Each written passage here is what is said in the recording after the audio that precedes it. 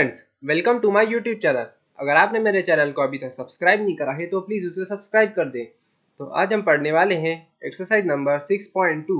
तो question number 1, in figure find the value of x and y and then show that A B parallel to C D.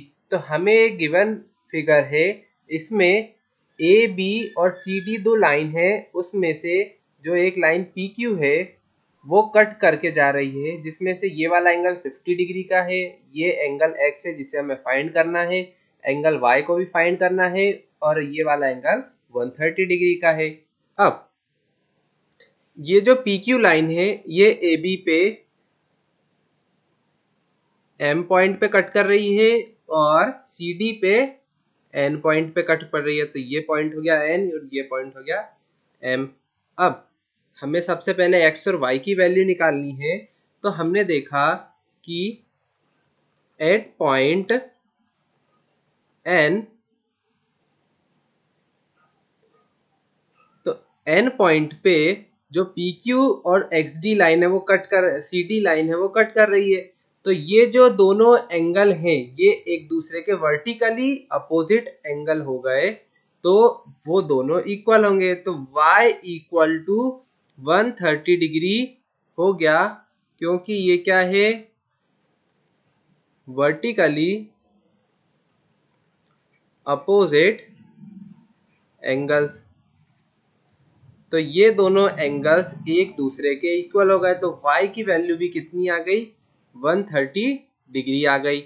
Same ऐसे ही ये जो PQ है, PQ is a line, तो ये वाला angle मतलब कि 50 डिग्री वाला एंगल और जो x वाला एंगल है उन दोनों का सम 180 डिग्री के इक्वल होगा। क्यों होगा, बाय लीनियर पेयर।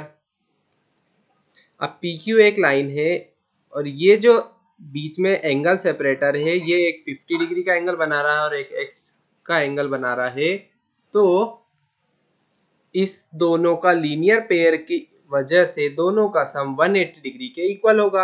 अब x की वैल्यू यहाँ से निकालते हैं, तो 180 डिग्री माइनस 50 डिग्री, इधर प्लस 50 था इधर जाके माइनस 50 हो गया, तो x इक्वल टू आ गया 130 डिग्री। ये आ गया फाइनल हमारा आंसर। अब हमने देखा we have seen that x equal to y, मतलब कि x और y दोनों की वैल्यू 130 डिग्री के इक्वल आ रही है। ऑल्सो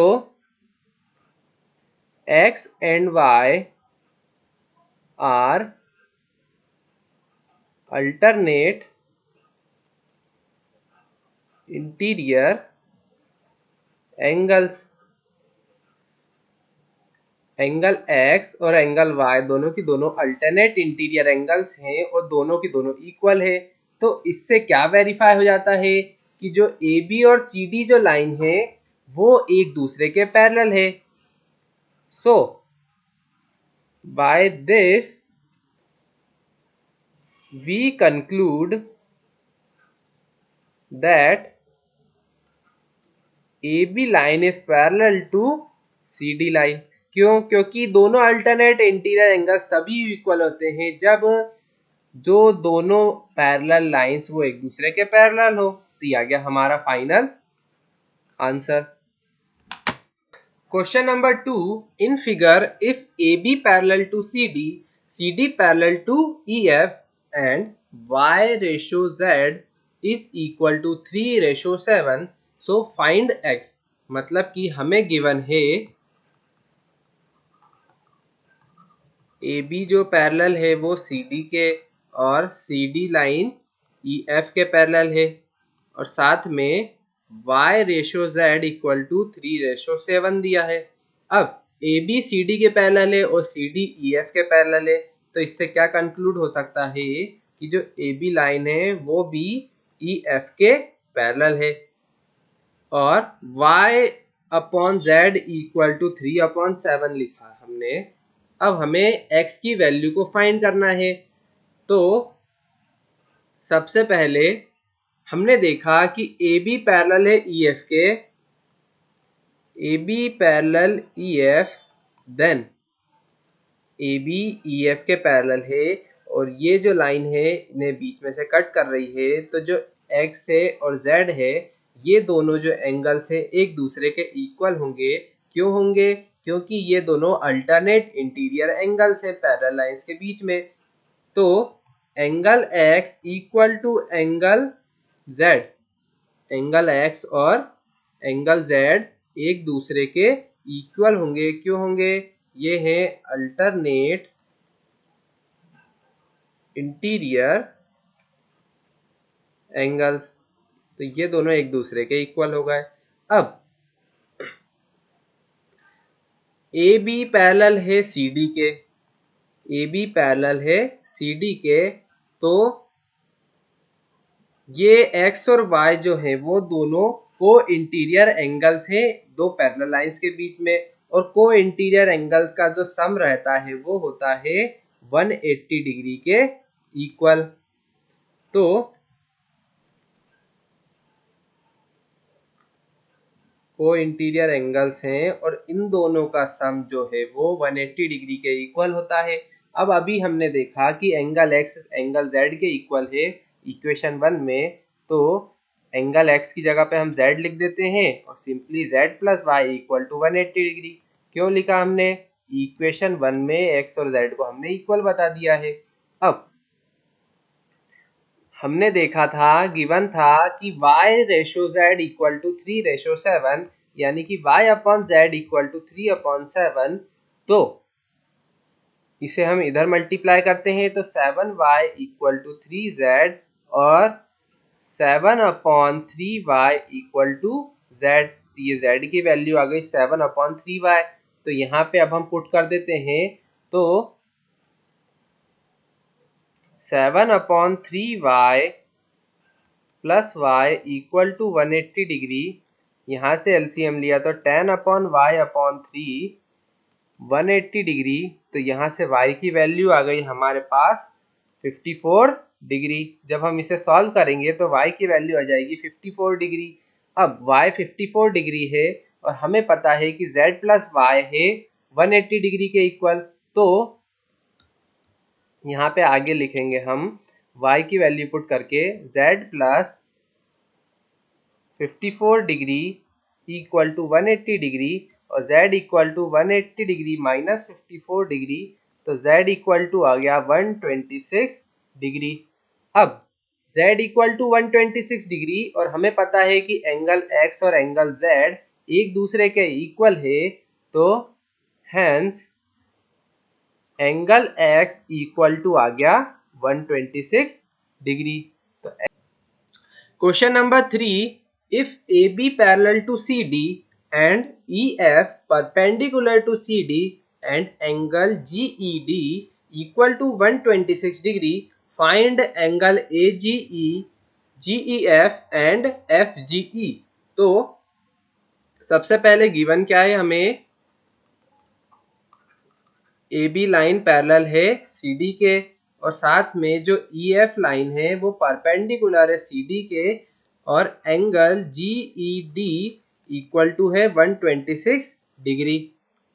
तो हमें क्या फाइंड करना है? हमें फाइंड करना है एंगल AGE की वैल्यू, एंगल GEF की वैल्यू और एंगल FGE की वैल्यू। इन तीनों की हमें वैल्यू को फाइंड करना है। तो सबसे पहले एंगल AGE, तो एंगल AGE ये वाले एंगल की वैल्यू को फाइंड करना है। तो हमें पता है कि AB पैरेलल है CD के, तो ये वाला एंगल और ये पूरा एंगल इक्वल होगा। क्यों होगा? क्योंकि ये दोनों अल्टरनेट इंटीरियर एंगल्स हैं। तो we know AB parallel to CD, so angle AGE is equal to angle GED। क्यों? क्योंकि ये दोनों हैं अल्टरनेट इंटीरियर एंगल्स, तो ये दोनों इक्वल होंगे। अब हमें GED की वैल्यू दी हुई है 126 डिग्री, तो यहाँ पे वैल्यू को पुट करते हैं तो एंगल AGE की वैल्यू आ गई 126 डिग्री। तो इसकी वैल्यू आ गई 126 डिग्री। अब हमें निकालना है GEF। तो GEF ये वाले एंगल को निकालना है, ये छोटा सा एंगल। तो हमें अब यहाँ पे डायग्राम में देखते हैं, GED ये पूरा एंगल दिया है, एंगल FED 90 डिग्री का एंगल है। तो इसमें से ये पूरे में से ये वाला एंगल को माइनस करेंगे तो ये वाला जो बचा हुआ एंगल है ये आ जाएगा। तो सिंपली बस यही करते हैं कि एंगल GED किसके इक्वल है, angle GEF plus angle FED। ये पूरा एंगल इस छोटे एंगल और इस बड़े एंगल के इक्वल है। तो एंगल GED की वैल्यू हमें पता है 126 डिग्री, GEF को फाइंड करना है और FED ये 90 डिग्री ऑलरेडी गिवन है। कैसे? क्योंकि FE जो लाइन है वो परपेंडिकुलर है CD पे, तो ये 90 डिग्री का एंगल ही बनाएगा। तो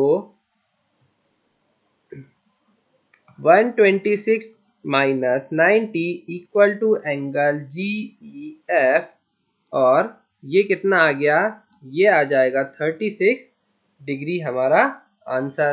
तो 36 degree equal to angle GEF, ये फाइनल हमारा GEF का आंसर आ गया। अब हमें निकालना है FGE ये वाला एंगल को निकालना है। तो हमें पता है कि ये दोनों AB और CD पैरेलल है, तो ये एंगल इस वाले एंगल के इक्वल होगा क्योंकि ये दोनों एक दूसरे के अल्टरनेट इंटीरियर एंगल्स हैं। तो AB parallel to CD, then angle FGE equal to angle GEC। ये वाला एंगल और ये वाला एंगल दोनों इक्वल होंगे। क्यों होंगे? अल्टरनेट इंटीरियर एंगल्स, तो ये दोनों इक्वल होंगे। अब ये वाला एंगल किसके इक्वल होगा?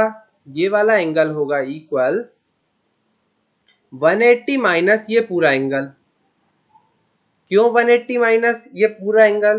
क्योंकि ये CD एक लाइन है और इस पूरे लाइन का सम 180 डिग्री के इक्वल होगा। सारे एंगल्स का सम 180 डिग्री के इक्वल होगा। तो ये वाला एंगल पता है हमें, इसको हम जब 180 डिग्री में से माइनस करेंगे तो हमें ये वाला एंगल आ जाएगा। तो एंगल FGE इक्वल टू हो गया angle 180 degree minus angle GED, क्योंकि angle GEC plus angle GED equal to 180 degree होता है लीनियर पेयर का यूज करके। तो इस पूरे टर्म को हमने इधर नेगेटिव में ले गए। अब हमें angle FGE equal to 180 minus इसकी वैल्यू है 126 डिग्री, तो एंगल FGE किसके इक्वल आ गया? 54 डिग्री के इक्वल आ गया। तो ये